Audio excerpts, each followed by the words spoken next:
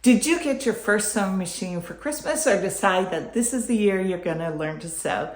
Hi, I'm Christine, and today I'm going to give you some top tips on how to move more quickly from a beginner sewist to a competent sewist, reduce your frustration, increase your enjoyment, and hopefully eliminate unnecessary trips to the repair store with your sewing machine. I'd love to know what type of sewing that you're interested in doing. My first love is garment sewing, but I also sew crafts, bags, and the occasional home decor. My friend Izzy from Dizzy Quilts and Sews is a great teacher, and she's starting a series in January of 2024 on quilting. And if you're interested in that, I'm going to link her information below, and everything and everyone that I talk about, all the resources will be linked in the description box below. My first piece of advice for you is to read your manual. Now, I know there are people who love to read manuals and instructions. That would be me.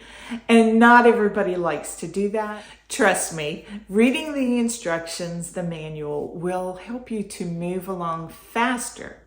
There's a saying, they put brakes on a race car to go faster, not to go slower. So take the time to read your manual. I suggest you get the manual out, look at your sewing machine while you look at the manual so that you understand what the different knobs are, how they function.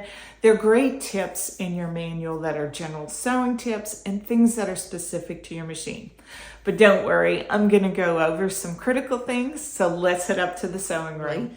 This is the hand wheel. The hand wheel should always be turned towards you while the machine is threaded. Do not turn it away. And the reason for this is there are tension discs inside the machine where your thread is held at a proper tension. If you turn the hand wheel backwards, that could really mess up your tension. So always turn it towards you, not away. I have my thread on my spool pin, and I've used the appropriate size cap. You do not want to use a spool cap that's too big or too small. So I've got my Goldilocks of spool caps on my machine. I'm going to put a little tension on my thread. Now, a couple of things I'm going to do before I start threading is I'm going to make sure that my presser foot, this is my presser foot, that it's in the up position, and my take-up lever, which is right here, that it is in the highest position, and that's going to allow me to lay my thread in correctly. So I'm pinching the thread, getting a little tension on it, just so that I don't unwind all kinds of thread while I'm threading the machine. I'm going to thread it according to my machine's directions. And once I get to this point, then I can put my foot down. So if you have a needle threader, my next tip for you is if you are using a size needle that is smaller than a 75, you should not use your automatic needle threader with that. The needle threader has a tiny wire that needs to go through the eye of the needle to capture the thread and pull it back. If you're using a smaller needle than a 75, the eye of the needle is going to be too small for this to work well. It may work for you once, twice, even 3 times. Eventually, it will bend that metal prong and it's going to stop working. While we're talking about threading your sewing machine, I want to talk about 2 important notions that the quality will greatly impact your sewing. So first, let's talk thread. I have several brands that I love and have had great success with. The difference in price really does matter. I love Gutermann, Mettler, Aurafil. The quality thread will mean less lint in your machine, less thread breakage. It is really worth the difference in price. Thread can be wound on the spool, cross-wound like this, or it can be stacked. And I'm going to show you close-ups of both of the threads. If the thread is cross-wound, then your machine typically, I can't speak for all machines, will not care how it goes on the spool pin. If it is stacked, like this one, this is some top stitching thread. I'm going to put a close-up of this. Then I have found with my machine that I definitely have to follow the manufacturer's direction for my machine and to have the thread come off the top of the spool, not underneath. It just unwinds more evenly and keeps the correct tension if I do that. So check your machine manual to see how your spool should be loaded, but with the cross round, usually it doesn't matter. Another important thing for successful sewing is to use a good quality needle. There are different types of needles that should be used for different projects. You don't want to use a giant needle that was intended to sew through denim and leather on some very delicate silk. That's just going to make a mess of your sewing project. I'm going to include a link below for a needle guide, which has all kinds of information about the needle that is, in fact, important. As a beginner, you will most likely be using a universal needle, somewhere size 75 to 80 as to quality. I have several brands of needles that are high quality, and I use them and have a great experience. I'm talking about Schmetz, Organ, Klasse, and Inspira. They all work really well. In the past, I thought I was saving some money and I purchased some Sewology, which is a Hobby Lobby brand sewing needle.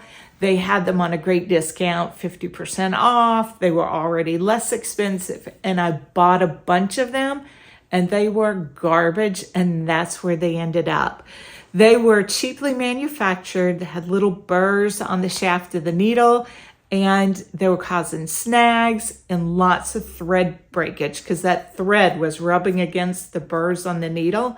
So I ended up wasting money, not saving money.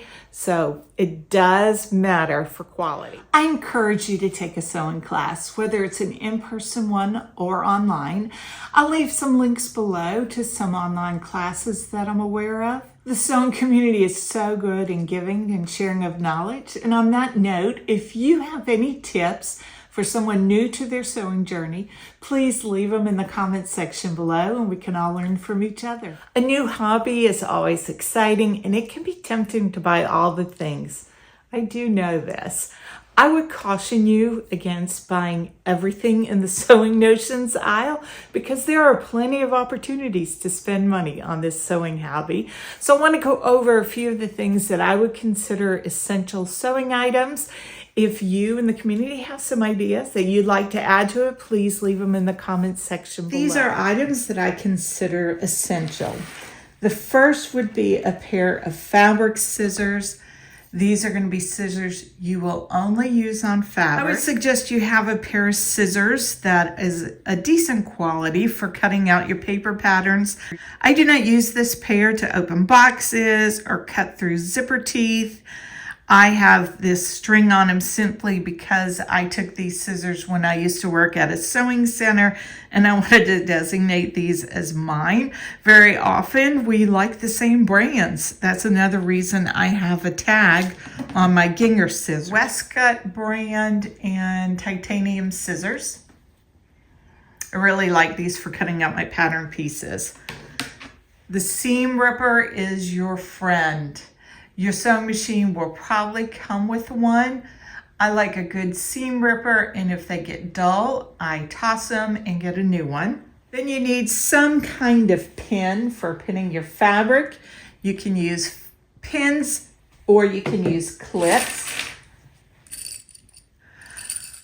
For some projects, I prefer pins. For some, I prefer clips. When you're first starting out, decide which that you prefer. I also use these duckbill hairpins, so sometimes you might have something at home already that will work in a pin. You don't necessarily need all of these items. I like the clips for when I'm sewing with knits, like when I made this sweatshirt for myself, also for bags. And I prefer a glass head pin for my fine sewing projects. These pins are also heat resistant. I like a pin that I can iron over. And speaking of irons, that is an essential sewing item. You're going to want to press your fabric before you sew and press your seams as you go. If you're going to be sewing garments, you are definitely going to need one of these. This is a measuring tape. You're going to want to take your measurements so that you get your sizing correct.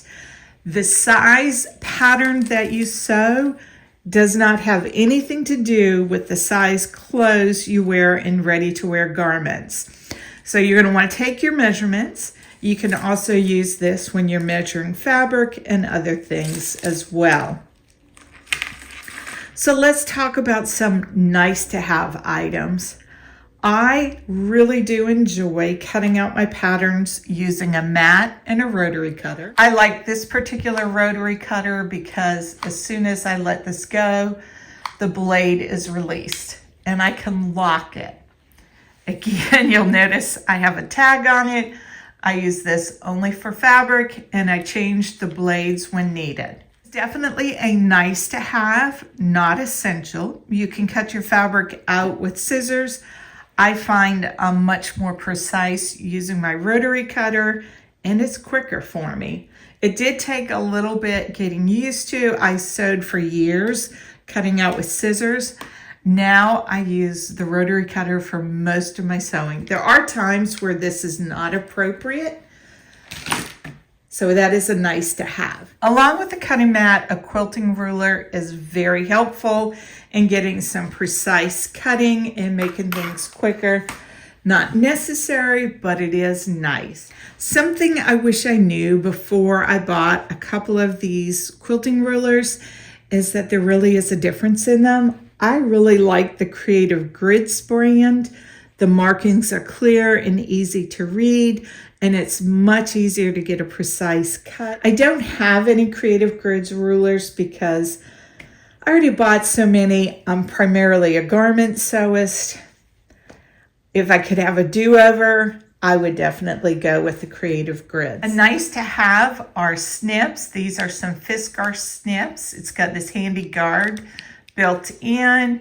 They're very sharp and I love them for trimming off threads and for clipping my notches in my fabric. I also love this little handy pair of scissors. These are also Fiskars. They have a very sharp point at the end and I can make those fine little clips. This is nice. It's not necessary. I have a lot of fun, beginner-friendly projects and helpful sewing tutorials on my channel. If you have enjoyed this video, I'd appreciate it if you give it a like and hit the subscribe button and join the community. I have really big plans for 2024, and until next time, here's some projects I think you'll really like.